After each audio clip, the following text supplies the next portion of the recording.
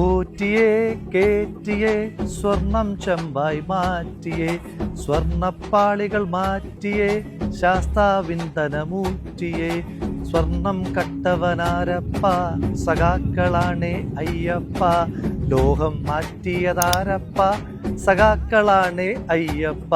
Hello guys, എല്ലാവർക്കും പുതിയൊരു വീഡിയോയിലേക്ക് സ്വാഗതം. എന്തായാലും നമ്മുടെ രാഹുൽ മാങ്കൂട്ടം അങ്ങ് രണ്ടും കൽപ്പിച്ച് ഇറങ്ങിയിരിക്കുകയാണ് കേട്ടോ. എന്തായാലും പുള്ളിക്കാരൻ ഇന്നലെ FBയിൽ ഒരു വീഡിയോ ഇട്ടിട്ടുണ്ടായിരുന്നു. അതിൽ പുള്ളിക്കാരൻ പാടിയത് കേട്ടില്ലേ, പോറ്റിയേ കേറ്റിയേ സ്വർണം ചെമ്പായി മാറ്റിയേ സ്വർണപ്പാളികൾ മാറ്റിയേ ശാസ്താവിൻ ഗണമൂറ്റിയേ എന്നൊക്കെ പറഞ്ഞിട്ട് ഇപ്പോൾ രാഹുൽ മാങ്കൂട്ടം നേരിട്ട് ഇറങ്ങിയിട്ട് നമ്മുടെ മുഖ്യമന്ത്രിക്ക് നന്നായിട്ട് കൊടുക്കുന്നുണ്ട് കേട്ടോ.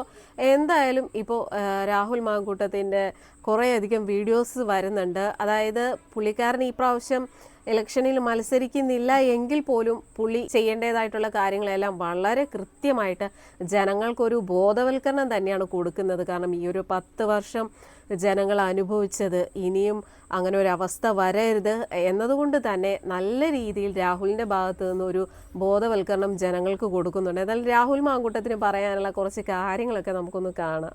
അപ്പോഴേ നാളെയാണ് തെരഞ്ഞെടുപ്പ്. നമ്മുടെ അടുത്ത 5 വർഷക്കാലം നമ്മുടെ ജീവിതത്തെ ഏറെ സ്വാധീനിക്കുവാൻ പോകുന്ന സർക്കാർ ആര് എന്ന് നമ്മൾ തിരഞ്ഞെടുക്കുവാൻ പോവുകയാണ്. അങ്ങനെയുള്ളപ്പോൾ കഴിഞ്ഞ 10 വർഷക്കാലം നമ്മളെ ദ്രോഹിച്ച സർക്കാരിൻ്റെ കെടുതികൾ നമുക്കൊന്ന് ഓർത്തെടുക്കണ്ടേ?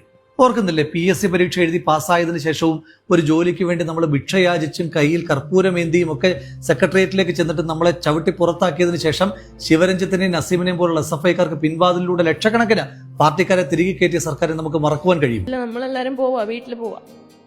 മുഖ്യമന്ത്രി സാറേ നമ്മൾ പോവാ, ഇനി ഇവിടെ നമ്മൾ കാണത്തില്ല, പോവാ. എല്ലാരും കിട്ടുന്ന ഒരുപാട് പ്രതീക്ഷയായിരുന്നു, അങ്ങനെയാണ് വന്നത്. എന്തായാലും നല്ല അർഹതയുള്ള മുഖ്യമന്ത്രിയല്ലേ, ഭരിക്കട്ടെ, നമുക്ക് കാണാം. സാറിന് നല്ല അർഹതയുണ്ടല്ലോ.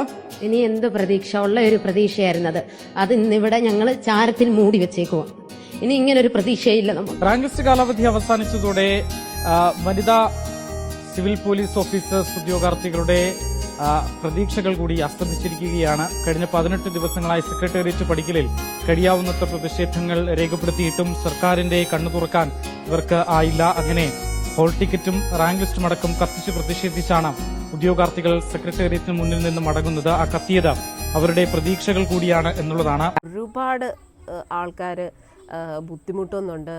PSC പരീക്ഷ എഴുതി അവർക്കൊക്കെ വേണ്ട രീതിയിലുള്ള ഒരു നിയമനമോ ജോലിയോ ഒന്നും കിട്ടാതെ ഒരുപാട് ആൾക്കാർ ഈ പറയുന്ന മുഖ്യമന്ത്രിയെ പ്രാകുന്ന വീഡിയോ വരെ ഉണ്ട്. കാരണം അത്രത്തോളം ജനങ്ങൾ അനുഭവിച്ചു കഴിഞ്ഞു. അതുകൊണ്ട് തന്നെ ഇതെല്ലാം മനസ്സിലുണ്ടാവണം. വോട്ട് ചെയ്യാൻ പോകുമ്പോഴത്തേക്കും ഇതെല്ലാം മനസ്സിൽ വിലയിരുത്തിയിട്ട് വേണം പോയി വോട്ട് ചെയ്യാൻ. ഉപ്പിനും മുളകിനും തൊട്ട് അവശ്യ സാധനങ്ങൾക്കെല്ലാം വിലക്കയറ്റം സൃഷ്ടിച്ച ഒരു സർക്കാരിനെ നമുക്ക് മറക്കുവാൻ കഴിയുമോ? കേന്ദ്ര സർക്കാർ പെട്രോളിന്റെയും ഡീസലിന്റെയും പേരിൽ നടത്തുന്ന കൊള്ള കൂടാതെ ഇവിടുത്തെ സംസ്ഥാന ടാക്സിന്റെ പേരിലുള്ള എക്സ്ട്രാ കൊള്ളയും അതുകൂടാതെയുള്ള സെസ് എന്ന പേരിൽ പെൻഷൻ കൊടുക്കുവാൻ എന്ന വ്യാജേന നടത്തിയ അധിക കൊള്ളയും നമുക്ക് മറക്കുവാൻ കഴിയുമോ? എന്നിട്ട് പാവപ്പെട്ട പെൻഷൻ ബെനിഫിഷ്യറീസിന് പെൻഷൻ കൊടുത്തിട്ടുണ്ടോ? ഇല്ല. KSRTC ജീവനക്കാർക്ക് ശമ്പളം കൊടുത്തിട്ടുണ്ടോ? ഇല്ല. KSRTC ജീവനക്കാർക്ക് പെൻഷൻ കൊടുത്തോ? ഇല്ല. KSRTC കട്ടപ്പുറത്താക്കിയില്ലേ, ആക്കി. അരിപ്പടി കൊണ്ട് നിർമ്മിച്ച സ്കൂളുകൾ ഇടിഞ്ഞു വീഴുന്ന കാഴ്ച നമ്മൾ കണ്ടു. ആ സ്കൂളുകളെ കേരളത്തിന്റെ ലഹരി മാഫിയ കയ്യേറുന്ന കാഴ്ച നമ്മൾ കണ്ടു. അതിനെ പ്രതിരോധിക്കാൻ കഴിയാത്ത പോലീസിന്റെ നിസ്സഹായാവസ്ഥ നമ്മൾ കണ്ടു. ആ പോലീസ് റോഡിലേക്ക് ഇറങ്ങുമ്പോൾ ഹെൽമെറ്റ് വെക്കാതെ പോകുന്ന ചെറുപ്പക്കാരെ ലാത്തിക്കെറിഞ്ഞ് വീഴ്ത്തുന്ന കാഴ്ച നമ്മൾ കണ്ടു. എന്തായാലും രാഹുൽ പറയുന്നത് എന്താണെന്ന് വെച്ച് കഴിഞ്ഞാൽ എല്ലാവരും അടുത്ത ദിവസം തന്നെ വോട്ട് ചെയ്യാൻ പോവുകയാണ്. അപ്പോൾ കഴിഞ്ഞ 10 വർഷം എങ്ങനെയായിരുന്നു എന്നുള്ളതൊക്കെ നല്ല രീതിയിൽ വിലയിരുത്തിയിട്ട് വേണം വോട്ട് ചെയ്യാനുള്ളത്. കാരണം അത്രത്തോളം ജനങ്ങൾ അനുഭവിച്ചു കഴിഞ്ഞു. അതുകൊണ്ട് തന്നെ ഇതെല്ലാം മനസ്സിലുണ്ടാവണം. വോട്ട് ചെയ്യാൻ പോകുമ്പോഴത്തേക്കും ഇതെല്ലാം മനസ്സിൽ വിലയിരുത്തിയിട്ട് വേണം പോയി വോട്ട് ചെയ്യാനും കാര്യങ്ങളൊക്കെ. അതായത് ഒരു മാറ്റം വരേണ്ടത് അത്യാവശ്യം തന്നെയാണ്. അടുത്ത 5 വർഷത്തേക്ക് എങ്ങനെയായിരിക്കും എന്നുള്ളത് നമുക്കൊരു മാറ്റം എന്തായാലും വേണമല്ലോ. അപ്പോൾ എല്ലാവരും ഒന്ന് മാറ്റി ചിന്തിക്കുക. അല്ലാത്ത പക്ഷം ഈ ഒരു സർക്കാർ തന്നെ അല്ല, ഈ ഒരു ഭരണം തന്നെയാണ് വരുന്നതെങ്കിൽ ഇതല്ല ഇതിനപ്പുറവും നമ്മൾ അനുഭവിക്കേണ്ടി വരും എന്നാണ് ഇവിടെ രാഹുൽ മുൻകൂട്ടി എല്ലാവർക്കും ഒരു ബോധവൽക്കരണം പോലെ തന്നുകൊണ്ടിരിക്കുന്നത്. പോലീസ് സ്റ്റേഷനിലേക്ക് പോയ വരാപ്പുഴയിലെ ശ്രീജിത്തിനെ നെടുങ്കണ്ടത്തെ രാജ്കുമാറിനെ ഉരുട്ടിക്കൊന്ന പോലീസിനെ നമ്മൾ കണ്ടു. മൊബൈൽ മോഷ്ടിച്ചു വന്ന വ്യാജന ഒരു പിഞ്ചു കുഞ്ഞെ അപമാനിച്ച പിങ്ക് പോലീസിന്റെ ക്രൂരതയും നമ്മൾ കണ്ടു. നക്സൽ വേട്ടയുടെ പേര് പറഞ്ഞ് പാവപ്പെട്ട ആദിവാസികൾക്ക് നേരെ നടത്തിയ പോലീസുകാരുടെ ക്രൂരമായ ലാത്തിച്ചാർജും അതുപോലെ തന്നെയുള്ള എൻകൗണ്ടറുകളും കേരളം സാക്ഷ്യം വഹിച്ചു. വർഗീയത പറയുന്നവരെ ഒപ്പം കൂട്ടി യാത്ര ചെയ്യുന്ന മുഖ്യമന്ത്രി തന്നെ ഒരു വർഗീയവാദിയായി മാറുന്ന കാഴ്ചയും നമ്മൾ കണ്ടു. സ്ത്രീ സുരക്ഷയെ PR-ന് വേണ്ടിയിട്ടും രാഷ്ട്രീയ എതിരാളികളെ വേട്ടയാടുവാനും വേണ്ടി മാത്രം ഉപയോഗിക്കുകയും യഥാർത്ഥ സ്ത്രീ സുരക്ഷ നടപ്പിലാക്കാതിരിക്കുകയും ചെയ്ത സർക്കാർ. പകലന്തിയോളം പണിയെടുക്കുന്ന പാവപ്പെട്ട ആശാവർക്കർക്ക് അംഗനവാടി ജീവനക്കാർക്ക് മിനിമം ശമ്പളം പോലും കൊടുക്കാതെ അവരെ സെക്രട്ടേറിയറ്റിലേക്ക് സമരത്തിന് വർഷങ്ങളോളം പറഞ്ഞുവിട്ട സർക്കാർ. ഒരുപാട് സ്വപ്നങ്ങളുമായി പഠിക്കുവാനായി ചുരം കയറി ചെന്ന സിദ്ധാർത്ഥനെ ഉരുട്ടിക്കൊന്ന SFIക്കാരന്റെ ഇടിമുറികളെ പറ്റി നമുക്ക് മറക്കുവാൻ കഴിയും. വിക്ടോറിയ കോളേജിലെ പ്രിൻസിപ്പലിന് ശവമഞ്ചം ഒരുക്കുകയും മഹാരാജാസ് കോളേജിലെ പ്രിൻസിപ്പലിന്റെ കസേര കത്തിക്കുകയും ചെയ്ത SFIക്കാരന്റെ ഗുരുതെന്ന് നമുക്ക് മറക്കുവാൻ കഴിയും. തെരഞ്ഞെടുപ്പിൽ പരാജയപ്പെടുമ്പോൾ ബാലറ്റ് വിഴുങ്ങുന്ന SFIക്കാരെ നമുക്ക് മറക്കുവാൻ കഴിയും.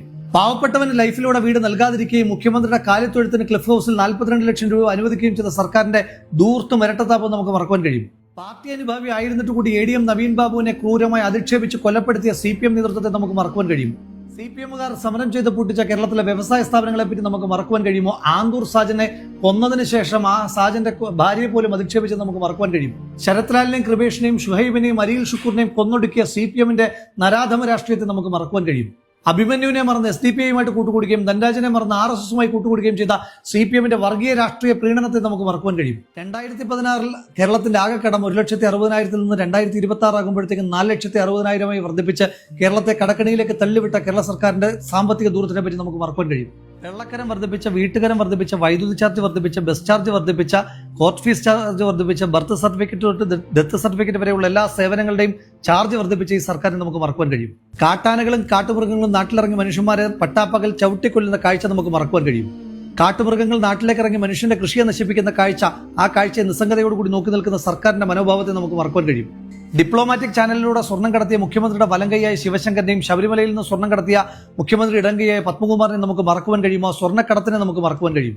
ശബരിമലയിലെ വിശ്വാസികളെ വേദനിപ്പിച്ച, ക്രിസ്തുമത വിശ്വാസികളെ വേദനിപ്പിച്ച, ഇസ്ലാം മത വിശ്വാസികളെ വേദനിപ്പിച്ച, വിശ്വാസത്തെ തന്നെ വേദനിപ്പിച്ച ഒരു സർക്കാരിനെ നമുക്ക് മറക്കുവാൻ കഴിയും. ചരിത്രത്തിലാദ്യമായി ശമ്പളം കൊടുക്കാത്ത സംസ്ഥാന സർക്കാർ ജീവനക്കാരെ വഞ്ചിച്ച സർക്കാരിനെ നമുക്ക് മറക്കുവാൻ കഴിയുമോ? പെൻഷൻ കിട്ടാത്തതിന്റെ പേരിൽ KSRTC ജീവനക്കാർ ആത്മഹത്യ ചെയ്തത് നമുക്ക് മറക്കുവാൻ കഴിയുമോ? കൃത്യമായി 1-ാം തീയതി ശമ്പളം കിട്ടാത്ത KSRTC ജീവനക്കാരെ നമുക്ക് മറക്കുവാൻ കഴിയുമോ? സ്വിഫ്റ്റ് കമ്പനി ഏൽപ്പിച്ച് KSRTC കട്ടപ്പുറത്താക്കിയ സർക്കാരിനെ നമുക്ക് മറക്കുവാൻ കഴിയുമോ? വയനാട് ദുരന്തത്തിന്റെ മറവിൽ ഊരാളുങ്ങൾ എന്ന് പറയുന്ന വെള്ളാനെ ഉപയോഗിച്ചുകൊണ്ട് സംസ്ഥാന സർക്കാർ നടത്തിയ തീവെട്ടിക്കൊള്ളയെ പറ്റി നമുക്ക് മറക്കുവാൻ കഴിയുമോ? ശസ്ത്രക്രിയയ്ക്ക് ശേഷം വയറ്റിൽ നിന്ന് കത്രിക എടുക്കുവാൻ മറന്നതും കൂട്ടിരിക്കുവാൻ പോയ ബൈസ്റ്റാൻഡർ കെട്ടിടമിടിഞ്ഞു വീണു മരിച്ചതും, ആശുപത്രിയിൽ ചികിത്സിച്ചുകൊണ്ടിരുന്ന ഡോക്ടറെ ആരോ വന്ന് കുത്തിക്കൊന്നതും, ആരോഗ്യവകുപ്പിന്റെ ഏറ്റവും വലിയ നട്ടലായ നഴ്സുമാർ സ്ഥിരമായി സമരം ശമ്പളത്തിന് വേണ്ടി ചെയ്യേണ്ടി വരുന്നതുമൊക്കെ ആരോഗ്യ മേഖലയിലെ സ്ഥിരം കാഴ്ചയായി മാറുകയാണ്. മരുന്നില്ലാത്ത മെഡിക്കൽ കോളേജും ശസ്ത്രക്രിയ മുടങ്ങിയ ICUവും എല്ലാം നമ്മുടെ നാട്ടിലെ സ്ഥിരം കാഴ്ചകളായി മാറുമ്പോൾ ആരോഗ്യവകുപ്പ് എന്ത് ചെയ്തു എന്ന കാഴ്ച നമ്മൾ ഓർക്കണ്ടേ? ഇന്ത്യയിൽ ഏറ്റവും അധികം ആളുകൾക്ക് കോവിഡ് ബാധിച്ച സംസ്ഥാനമാക്കി കേരളത്തെ മാറ്റിയ, ഇന്ത്യയിൽ ഏറ്റവും അധികം ആളുകൾ കോവിഡ് ബാധിച്ച് മരിച്ച സംസ്ഥാനമാക്കി കേരളത്തെ മാറ്റിയ, ഇന്ത്യയിൽ ഏറ്റവും അധികം കോവിഡ് ഡെത്തുകൾ മറച്ചുപിടിച്ച സംസ്ഥാനമാക്കി കേരളത്തെ മാറ്റുമ്പോഴും കോവിഡിന്റെ മറവിൽ നടത്തിയ കോടിക്കണക്കിന് രൂപയുടെ കൊള്ള നമുക്ക് മറക്കുവാൻ കഴിയും. ബ്രൂവറി, ഡിസ്റ്റിലറി അഴിമതി ഉൾപ്പെടെ, സ്പ്രിംഗ്ലർ അഴിമതി ഉൾപ്പെടെയുള്ള കോടിക്കണക്കിന് രൂപയുടെ അഴിമതികൾ നമുക്ക് മറക്കുവാൻ കഴിയുമോ? കേരളത്തിനെ ടൂറിസം മാപ്പിൽ പുതിയൊരിടം കണ്ടെത്തുമെന്ന് പറഞ്ഞിട്ട് ലോക ഭൂപടത്തിൽ നിന്ന് കേരളത്തെ ഒഴിവാക്കിച്ച് ഈ സർക്കാരിന്റെ കെടുതികളെ നമുക്ക് മറക്കുവാൻ കഴിയും. ഡാം തുറന്നുവിട്ട് കേരളത്തെ പ്രളയത്തിൽ മുക്കി കൊല്ലുവാൻ ശ്രമിച്ച സർക്കാരിനെ നമുക്ക് മറക്കുവാൻ കഴിയും. കേരളത്തിലെ സ്കൂൾ കായിക താരങ്ങൾക്ക് അവശ്യ സൗകര്യങ്ങൾ ചെയ്യാത്തത് തൊട്ട് കായിക പ്രതിഭകളെ ആകെ മെസ്സിയെ കൊണ്ടുവരാമെന്ന് പറഞ്ഞ് പറ്റിച്ചത് അടക്കമുള്ള സംസ്ഥാന സർക്കാരിന്റെ കായിക മേഖലയോടുള്ള അവഗണന നമുക്ക് മറക്കുവാൻ കഴിയും. വിലക്കയറ്റം നിയന്ത്രിക്കുവാൻ കഴിയാത്ത, സബ്സിഡി സാധനങ്ങൾ സപ്ലൈകോയിലേക്ക് എത്തിക്കുവാൻ കഴിയാത്ത സപ്ലൈകോ വകുപ്പിനെ നമുക്ക് മറക്കുവാൻ കഴിയും. കേരളത്തിലെ റെയിൽവേ ട്രാക്കുകളുടെ വളവൊന്ന് നിവർത്തുവാൻ പോലും സാമ്പത്തികമോ സൗകര്യമോ ഇല്ലാത്തൊരു സർക്കാർ, കേരളത്തിന് ഒരിക്കലും പാരിസ്ഥിതികമായി അനുകൂലമല്ലാത്ത, വരാൻ കഴിയാത്തൊരു കേരളിന്റെ പേരിൽ അടുക്കളയിലെ അടുപ്പിൽ വരെ പോയി മഞ്ഞക്കല്ല് സ്ഥാപിച്ചതും, ആ മഞ്ഞക്കല്ലിന്റെ പേരിൽ പാവപ്പെട്ട സ്ത്രീകളെ അടക്കം റോഡിലൂടെ വലിച്ചഴിച്ചതുമായിട്ടുള്ള ക്രൂരതകൾ നമുക്ക് മറക്കുവാൻ കഴിയും. ഫോണും AI ക്യാമറകളും തൊട്ടുള്ള പരിഷ്കാരങ്ങളുടെ പിന്നിൽ നടത്തിയ അഴിമതി നമുക്ക് മറക്കുവാൻ കഴിയും. ഉമ്മൻചാണ്ടി സാറിന്റെ കാലത്ത് കൊണ്ടുവന്ന കൊച്ചി മെട്രോയും വിഴിഞ്ഞം അന്താരാഷ്ട്ര ടെർമിനലും കണ്ണൂർ വിമാനത്താവളവും സ്മാർട്ട് സിറ്റിയും അടക്കമുള്ള വമ്പൻ പദ്ധതികൾ ഉദ്ഘാടനം ചെയ്തുവെന്നല്ലാതെ ഈ സർക്കാരിന്റെ കാലത്തായി ഒരൊറ്റ വലിയ പദ്ധതി പോലും കൊണ്ടുവരാൻ കഴിയാതെ കേരളത്തിന്റെ ഭാവിയെ ഇരുട്ടിലാക്കി മാറ്റിയ സർക്കാരിനെ നമുക്ക് മറക്കുവാൻ കഴിയില്ല. 10 കൊല്ലക്കാലം കൊണ്ട് ഈ നാടിനെ കുളം തോണ്ടിയ ഒരു കൊള്ളരുതാത്ത സർക്കാരിന്റെ കൊള്ളയെപ്പറ്റി പറയാൻ പോയാൽ ഇനിയും ദിവസങ്ങൾ ഒരുപാട് വേണ്ടിവരും. നമുക്ക് അത്രയും സമയമില്ല. ആ കൊള്ളരുതാത്ത സർക്കാരിനെതിരായിട്ടൊന്ന് സമരം ചെയ്ത സമരക്കാരെ തലക്കടിച്ച് കൊലപ്പെടുത്തുവാൻ ശ്രമിച്ച ഡിവൈഎഫ്ഐയുടെയും പോലീസിന്റെയും ഗുണ്ടകളോട് അത് ജീവൻ രക്ഷാ സേനയാണെന്ന് പറഞ്ഞ കേരള ചരിത്രത്തിലെ ഏറ്റവും ജനാധിപത്യ വിരുദ്ധനായ, ഏറ്റവും ക്രൂരനായ, ഏറ്റവും അധികം കള്ളങ്ങൾ പറയുന്ന, ഏറ്റവും അധികം കൊള്ളയ്ക്ക് കൂട്ടുനിന്നിട്ടുള്ള ഒരു മുഖ്യമന്ത്രിയാണ് ശ്രീ പിണറായി വിജയൻ. ആ പിണറായി വിജയനെ താഴെ ഇറക്കുവാൻ കിട്ടുന്ന സുവർണാവസരമാണ് നാളെ നമ്മുടെ ഓരോരുത്തരുടെയും കയ്യിലേക്ക് വന്നു ചേരുന്നത്. വോട്ട് ഓർമ്മയാണ്, ഓർമ്മപ്പെടുത്തലാണ്. ഓർമ്മ കഴിഞ്ഞ 10 വർഷക്കാലം ഈ സർക്കാർ നമ്മളെ എങ്ങനെയെല്ലാം ദ്രോഹിച്ചു എന്നുള്ളതായിരിക്കണം. ഓർമ്മപ്പെടുത്തൽ എന്ന് പറയുന്നത് വരാൻ പോകുന്ന 5 കൊല്ലക്കാലം ഈ സർക്കാർ ഉണ്ടാകുവാൻ പാടില്ല എന്നുള്ളതായിരിക്കണം. അതുകൊണ്ട് നമുക്ക് നമ്മുടെ വോട്ട് വളരെ ബോധപൂർവം ആലോചിച്ചുറപ്പിച്ച് വിവേകത്തോടു കൂടി തന്നെ ചെയ്യാം. ആ ചെയ്യുന്ന വോട്ട് UDF-നൊപ്പമാകട്ടെ. UDF നയിക്കും, കേരളം ജയിക്കും. ശരിക്കും പറഞ്ഞാൽ എത്ര കൃത്യമായിട്ടാണല്ലോ ഓരോ കാര്യങ്ങളും എണ്ണി എണ്ണി രാഹുൽ പറയുന്നത്. രാഹുലും ഈ ഒരു ഇലക്ഷനിൽ മത്സരിക്കേണ്ട ഒരാളായിരുന്നു. പക്ഷേ ആ ഒരു ആൾക്കെതിരായിട്ട് കുറേയധികം കേസുകളും കാര്യങ്ങളൊക്കെ വന്നതുകൊണ്ട് തന്നെയാണ് ആ ഒരു വ്യക്തി ഇപ്രാവശ്യം ഇലക്ഷനിൽ മത്സരിക്കാതിരുന്നത്. പക്ഷെ മത്സരിച്ചിരുന്നെങ്കിൽ തീർച്ചയായും അദ്ദേഹം വിജയിച്ചേനെ. അതിനുവേണ്ടി അയാളെ തകർക്കാൻ വേണ്ടി നമ്മുടെ മുഖ്യമന്ത്രിയും അതുപോലെയുള്ള കുറേ അധികം ആൾക്കാരൊക്കെ ചേർന്ന് നടത്തിയ ഒരു ഗൂഢാലോചനയുടെ ഫലമായിട്ടാണ് ഈ പറയുന്ന രാഹുൽ മാങ്കൂട്ടത്തിനെതിരായിട്ടുള്ള ആ ഒരു കേസും കാര്യങ്ങളൊക്കെ വന്നത്. ഇപ്പം എന്താന്ന് പറഞ്ഞാലും ആ ഒരു വ്യക്തി വന്നിരുന്നിട്ട് ഇത്ര ചങ്കുറപ്പോടുകൂടി ഈ കാര്യങ്ങളൊക്കെ പറയണമെന്നുണ്ടെങ്കിൽ അയാൾ തെറ്റ് ചെയ്തിട്ടില്ല എന്നുള്ള കാര്യം വളരെ വ്യക്തമാണ്. അപ്പം എന്തായാലും എല്ലാവരും രാഹുൽ പറയുന്ന കാര്യങ്ങളൊക്കെ ഒന്ന് ഓർത്ത് വെക്കുക. ഇങ്ങനെയുള്ള കാര്യങ്ങളൊക്കെ ഇത്രയും വർഷത്തിനിടയ്ക്ക് നടന്നതാണ് എന്നൊക്കെയുള്ളതൊന്ന് മനസ്സിൽ വെച്ചിട്ട് ആർക്കാണെങ്കിലും വോട്ട് ചെയ്യുക.